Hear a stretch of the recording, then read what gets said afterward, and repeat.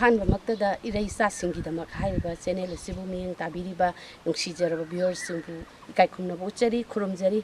अहाक्सी मतम खरा वीडियो थागतपा लेप्चरुरे अदुगा ngasiसिना अइना थागतजगे तौजरिबसी अहाक्सी अखोइगी सेलोय लंगमाइसिंग मथक्ता लैबा लाइंगधौ कियोंगी संगाई मनाक्ता अखोइ इरमदम कनबा अपुनबा लुक्की सजीबु खुदोल तौबा हाइदुना चाही खुदिंग पांथोकपा थौरमदु मफमसिदा पांथोकपा लाक्चबनी मदुगी थौरमसी यौजबगा लोइना मरि लैनना अहांना वीडियो मतेक थागतजरके मयामबु खुंजरी तंगाई फदना मी कुंठा दगी दी तादना तौनना बहा तौगंजनिबति अदुगुंबा इतक इपोमद नक्तबा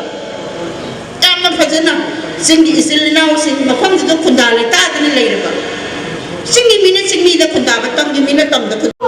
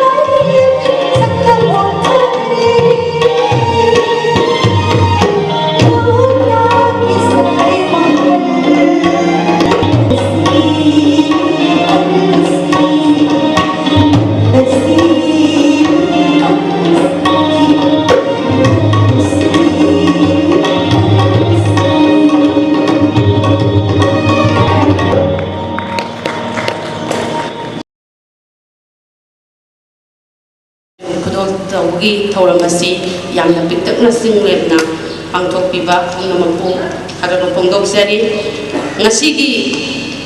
samlaba yamna singlemlaba thauramasibu mapung phahanbiba ikai khungnabada matik charaba ngasigi daisgi lengdeng oibikhiba yumnam Nilamani Singh, Vice Chairman, Khadi and Village Industry, Government of Manipur, Amadi, Wangkhemsa Samjai, former President Amju, Loinana Naurem Mema, Advisor Ikal, Amadi Adhikari Mayum Redimala, Advisor Ikal, Loinana Kasung Tennyson, Advisor Tangtur Naga Foothills Organization, Loinana Army San Jimik, Vice President DNFO, Ukrambam Singomani Singh, Secretary Nikhil Visnupiyang Manipuri, Mahasabha Central Committee, Ariba Ikai Khunabada Matik Charaba, Manipurgi, Manunga Madi, Mapanda Naikiba, Punamakna Sigi Sajibu Kudol Toba, Tamba, Igi Kunguliba, Haiba, Usiraba, Wahantok Lairaba, Sikulaba Toramasibu. Mapung phanba amadi lengbi rakamba amadi loiba phawba yakbiduna mapung phanbi bagi damakta aikhoigi organization gi maikegi nai kai khunaba thakaba phongdoksari loina nangasigi media gi sinina using print media amadi electronic media sinsina lengbi raktuna matam jana lengbi raktuna loiba phawba ai Hajana thauram mapung phana nambi duna ai khoibu mapung phaba thauram ohenbi khiba loinana yamna hena nungaijaba ai khoigi lamdam sigi sangnai rabi saisappi sin lebi raktuna ai khoigi ikai khunabdam tiksa rabi thongam lakshmi amadi pinki saikhom hariba sangnai rabi lamdam sigi saisappi ani sina lebi raktuna Miyamda Sumaina Ekogi Kagyoiba Bhajaraba Isai Kudol Tambiba Mde Pongdok Biba Loinana Orchestra Kisinina Sing Sasing Yamna Thagarpa Pongdok Sari Matam Sanga Lengbi Raktuna Amadi Sound Ki Koigi Kudong Saba Bibi Riba Inau Sing Sasing Puna Maku Aina Thagarpa Pongdok Sari Puna Maku Amukasu Lengbi Raba Aina Panjabada Wachak Raba Koigi Kalgi Koigi Thoguroi Sing Resource Person Sing Busu Aina Thagarpa Pongdok Sari Matung Dasu Sajibu Kudol Toba Thoram Si Ena Mapung Phaba Thoram Leptana Pangthok Minasi Haiba Wafam Si Thamjaraga Aroibagi Ekoigi Miyambu Thagat Wahi Pongdok Sabigi Tanjasi Matang Sida Loisinjage